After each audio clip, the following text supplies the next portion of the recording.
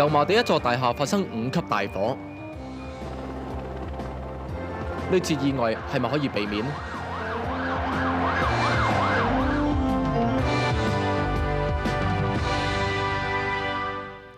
各位，尋日油麻地一座大廈發生災難性大火，有幾十人死傷，咁當中包括咗消防員，可以話係本港有史以嚟死傷最多人嘅大廈火警。咁大家都關注呢一場火災嘅起因，咁同埋灌救點解會咁困難。咁我哋先睇翻火警發生嘅經過。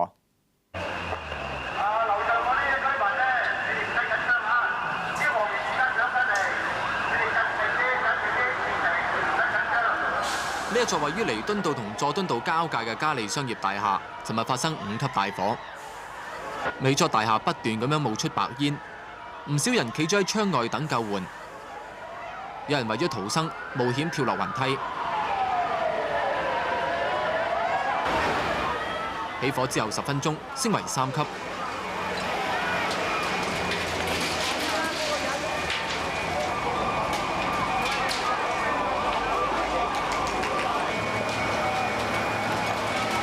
到咗5點20分，再升為4級火。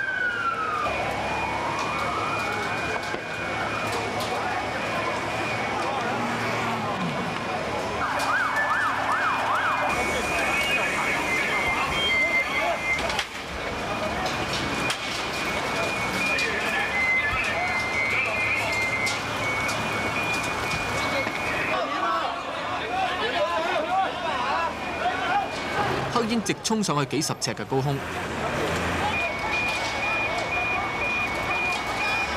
起火嘅原因初步懷疑係 lift 槽首先着火，然後沿住電梯槽上升，高熱令到頂樓同時起火，所以喺13樓以上嘅有唔少人被困。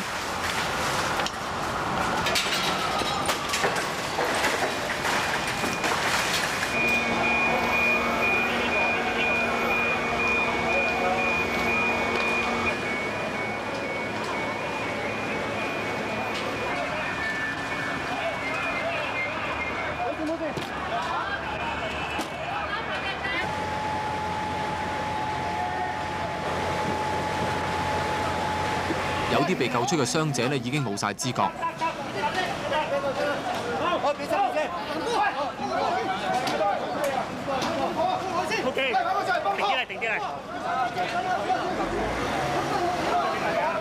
有啲人由高處跳落嚟逃生，跌咗喺簷篷嗰度等候救援。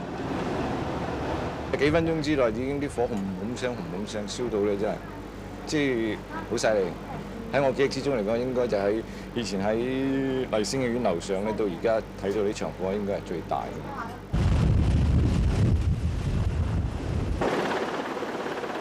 呢個時候，飛行服務隊奉召到場，喺天台拯救傷者。直升機嘅機葉扯起大風，黑煙籠罩整個火場。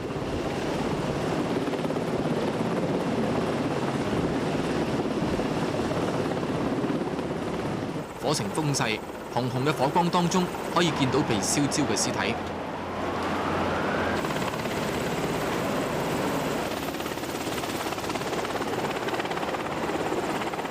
我哋到咗嚟嘅時間呢，因為好多人呢係等緊救援啦，包括喺天棚嘅。我哋亦都係用呢個直升機呢係喺天棚救過人嘅。咁即係話呢，就話因為我哋主要嘅力量呢係擺喺救人先，所以呢就要喺救火嗰度呢個進度會係慢咗。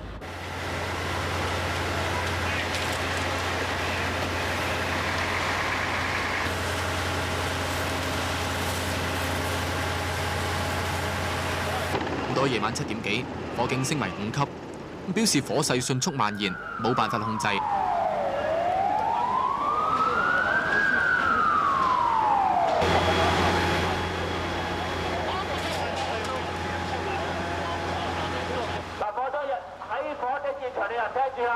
消防就會救你哋㗎啦！嗱，你哋食支嚟嚇，好快就會落到嚟㗎啦！嗱，你哋千祈唔好爭先恐後，千祈唔好爭先恐後，慢慢跟住消防人員嘅指示，逐個擒落嚟，唔好上條雲梯啊！唔係你哋好危險㗎。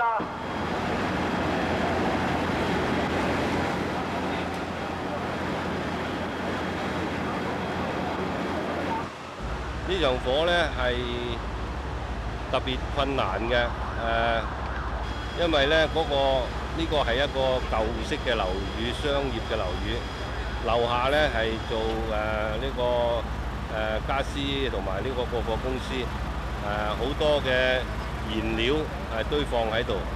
咁火警發生嘅時間咧，亦都係啱啱係適逢咧放工嘅時候。咁每一個寫字樓上邊咧，都係啲職員咧都未走嘅。咁於是乎咧就火警蔓延得迅速，令到咧係有大量嘅人咧需要拯救嘅。呢場大火火勢最猛烈嘅係最頂嘅幾層樓，有啲人及早發現火勢嚴重，有幸逃出生天。52歲嘅曾耀昌喺嘉利大廈13樓工作，係貿易公司嘅老闆。當時佢同公司嘅4位女職員聽到公司嘅火警鐘響起，想逃離現場嘅時候，已經發覺冇路走。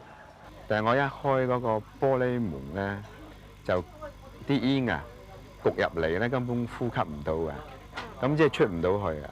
同埋咧個眼即係開唔到眼嘅，即係同埋佢出邊好大煙嘅，即係好似走廊咁好大煙啦。佢哋後嚟冒險走出冷氣槽，一邊叫救命，一邊揈毛巾，希望引消防員嘅注意。我哋有個女同事阿鄭姑娘就擒出去嗰啲鐵架度，即係嗌救命啊，引啲人注意啊。咁我哋目的就係想引到啲消防員注意到我哋嚟救我哋咯。咁後尾，但係佢喺嗰種情形，即係你嗌救命都可能人哋聽唔到啊。咁我都又爬埋出去，即係攞條手巾仔咁樣揈下揈下，即係引啲消防員睇到咯。佢哋等咗大約45分鐘，消防員終於發現佢哋。曾耀昌當時咧仲協助消防員先救出4個女職員，自己殿後。咁佢話：好彩當時獲救，如果唔係咧，情況就難以想像。我哋就係引到啲消防員注意到我哋，救到我哋落去咯。咁如果最遲3、4個字，我諗就係咁抵㗎，係一鑊熟㗎啦咁樣，咪算好彩啦嚇。而喺佢樓下12樓一間手袋廠工作嘅任淑敏，自細咧就患咗哮喘，喺火警發生嘅時候特別辛苦。咁等咗大約1個鐘，消防員揾到佢哋。任淑敏第一個被救出，立即送咗去伊利沙伯醫院。我哮喘，所以就我第一個落咗去先。但係嗰陣時哮喘發作得犀唔犀利啊？我踎低咗嗰陣時就咁樣落到去聞咗氣冇嘢。但係佢其他同事咧仍然喺現場嗰度等救援，當中包括佢嘅姐姐同埋細佬。任淑敏今日下晝出院之後，立即到廣華醫院探佢嘅姐姐同埋細佬。佢家姐話，由於大廈進行緊換電梯工程，起初咧佢哋仲以為白煙同埋燒焦味係燒焊引起㗎。咁佢做工程嘅時候就話貼咗通告出嚟咧，就會話會有濃煙同埋會有嗰啲異，即係嗰啲燒着嘅嗰啲味，咁就叫我哋就唔使驚咁樣嘅。會如果有呢啲事情，咁初我就諗住係整 lift 嗰啲事嘅啫，因為佢之前都試過整 lift 有好大陣味，好似瀝青啊咁嗰啲味，咁我一直都唔知道。佢細佬話：當時佢哋嘗試過揾路走，但係完全冇辦法。有諗過，但係都冇辦法，走唔到，太熱啦。試過啲咩方法？行樓梯咯，上又唔得，落又唔得，因為好熱，吸啖空氣都係熱。3姊弟一齊遇到火災，3個人都幸運獲救。佢哋嘅媽媽非常安慰。都個心都係真係好咩㗎，真係好唔舒服，啲真係啲忍唔到啲眼淚㗎，係咪先？咁今次生個仔咧，全部都安然無恙啊？點樣啊？你覺得？好即係算咩啦？好彩啦，真係好彩啊！真係。大火撲滅之後，仍然有大批途人企喺度睇，憶述尋日親眼目睹嘅情況。嘉利大廈對面一啲商戶對尋日嘅情景依然歷歷在目。即係好危險啊！企喺嗰個架嗰度咧，即係好似想跌，或者係啲煙又燒又逼到埋嚟咯喎。咁變咗即係睇兩睇我都唔敢睇嘅，我驚佢跳落嚟。總之啊，即係險象環生咁咯，即係好危險。咁後尾啊，跟住又即係多啲消防車嚟，咁先開即係變咗多消防員嚟救人咯。呢一次大火由尋日下晝一直燒到今日下晝先完全撲滅，一共燒咗21個鐘，死傷超過100人。咁其中係包括一個消防員殉職，另外仲有好多人報稱失蹤，咁所以實際嘅死傷人數仲有待進一步調查。呢一場災難性大火點解會導致咁多人死亡呢？香港現存舊式樓宇有冇潛在火警危險呢？下節翻嚟再講。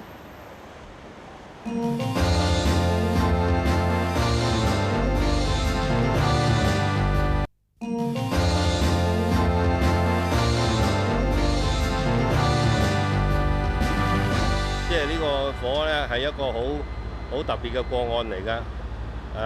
一起火已經係地下3層同埋最頂嗰4層咧都已經係着晒嘅。咁而家我哋咧都係響呢幾個地方咧集中人力咧喺度一方面救火，一方面咧就係搜索嗰啲失蹤嘅人。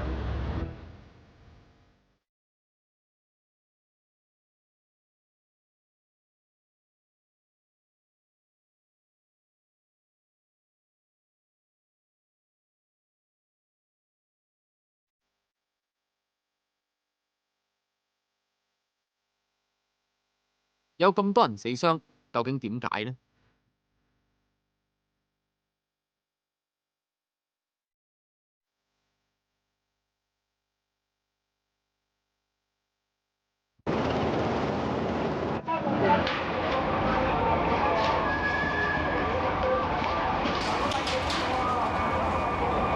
呢間大廈全層一層一層咁樣火燭，咁所以佢咧就係商業用途咧就即係唔得打通晒。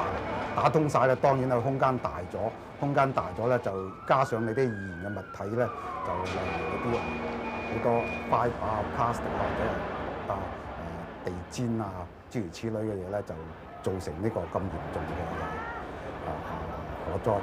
陳濟強做咗30年嘅消防工程，咁佢話呢一次發生5級火嘅嘉利大廈係73年前落成嘅舊式商業大廈，消防設備落後，導致火勢迅速蔓延。佢裏邊咧消防設備咧就係肯定咧個規格就唔啱，亦都冇咗自動花灑系統，或者甚至乎基本上咧滅火筒啊，佢哋如果係冇賣嘅咧，或者喉轆啊啲消防喉轆亦都冇喺度咧，就更加唔啱嘅。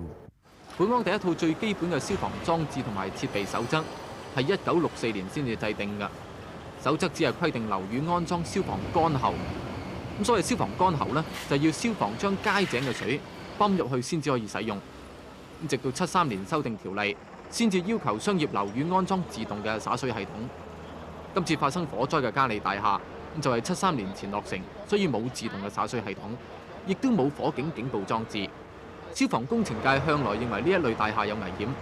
咁譬如真係有小事喺廠房內某一笪地方火燭，咁就要等燒到出到去窗口或者冒咗煙出嚟，即係俾人察覺得到佢有嗰個起火，即到時通知消防處。咁嚟到嗰陣時，我諗啲嗰個火勢嘅蔓延，而家即係比較大啊，同埋嗰個損失比較高咯。嘉利大廈尋日發生火警，初期嘅時候途人見到窗戶冒煙，亦都只係以為係小火。唔係響上面數落去第3層嗰度起煙咯，最先。咁啊，最先咧就嗶嗶啵啵咁聲嘅。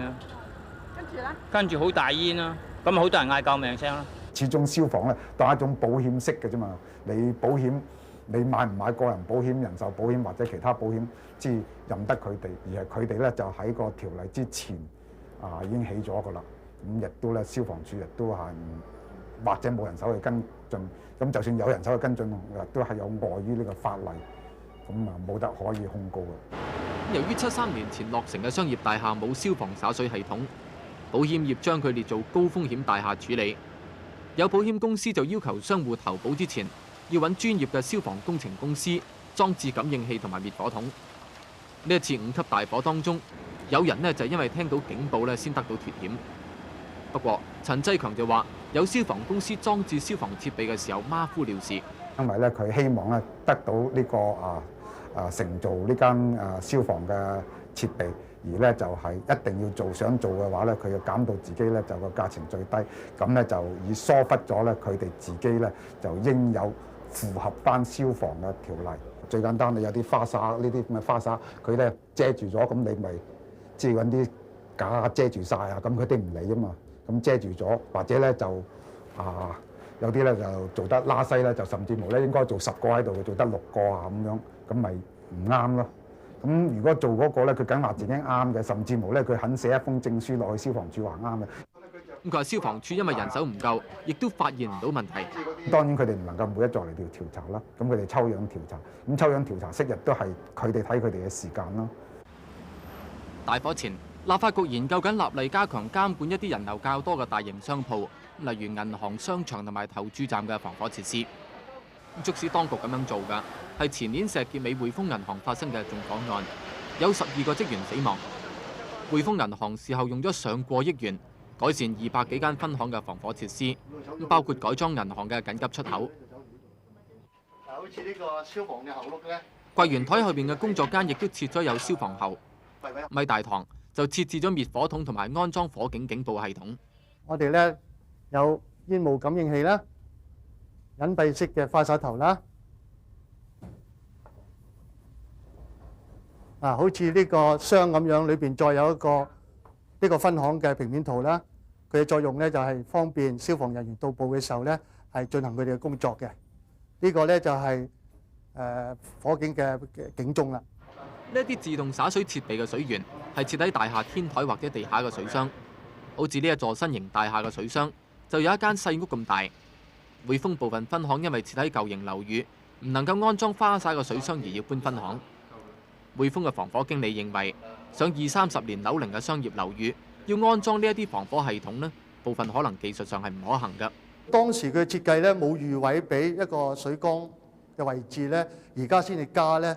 就有好大嘅問題啦，技術上嘅困難啦，嗰個面積上嘅困難啦。嗱，好似例如呢個水缸咁樣，你睇下咁大嘅面積啊，點可以一個舊嘅大廈能夠可以有咁樣嘅地方嚟到去容納一個咁嘅水缸咧？所以呢個問題咧係有存在嘅困難。匯豐銀行大火死傷嚴重，政府先至立例追溯加強管制密封式商鋪嘅消防設備。但係事實上，仲有唔少舊樓存在不可忽視嘅危險。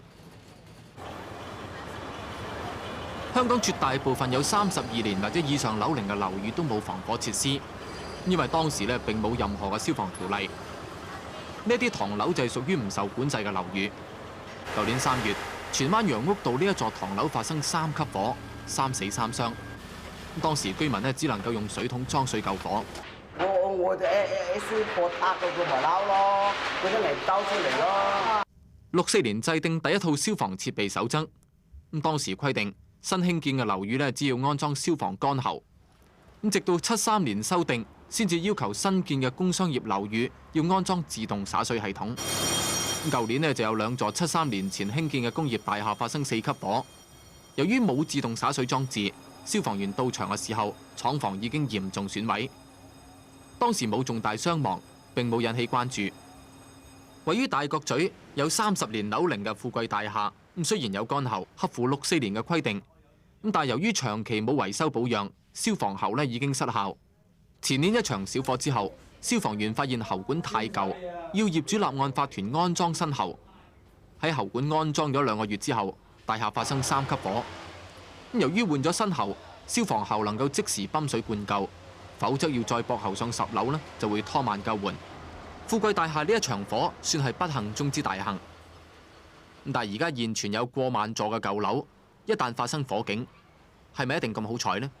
你如果係要求任何啲現有嗰啲商業住戶係譬如話加建呢個消防設備，或者更改呢個樓宇嘅結構咧，咁一定會一定會影響佢哋自己本身嗰個商業活動嘅呢樣嘢。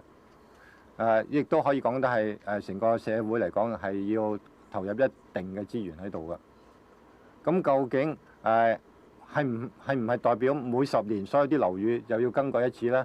商業嘅處所、商業嘅大廈係幾十年前起嘅，究竟係咪都應該有個法例去令到佢哋逐步分階段有秩序咁樣咧，能夠將佢提升到同而家我哋人世間裏邊覺得咧根本係有一個好基本嘅安全嘅設備嘅水準咧咁樣。因為如果你真係講緊幾十年前，根本呢個同社會係好大嘅脫節，係嘛？即係佢用緊嘅使用嘅人，其實咧都係經過琴日嘅事件，我相信佢哋咧亦都好擔心。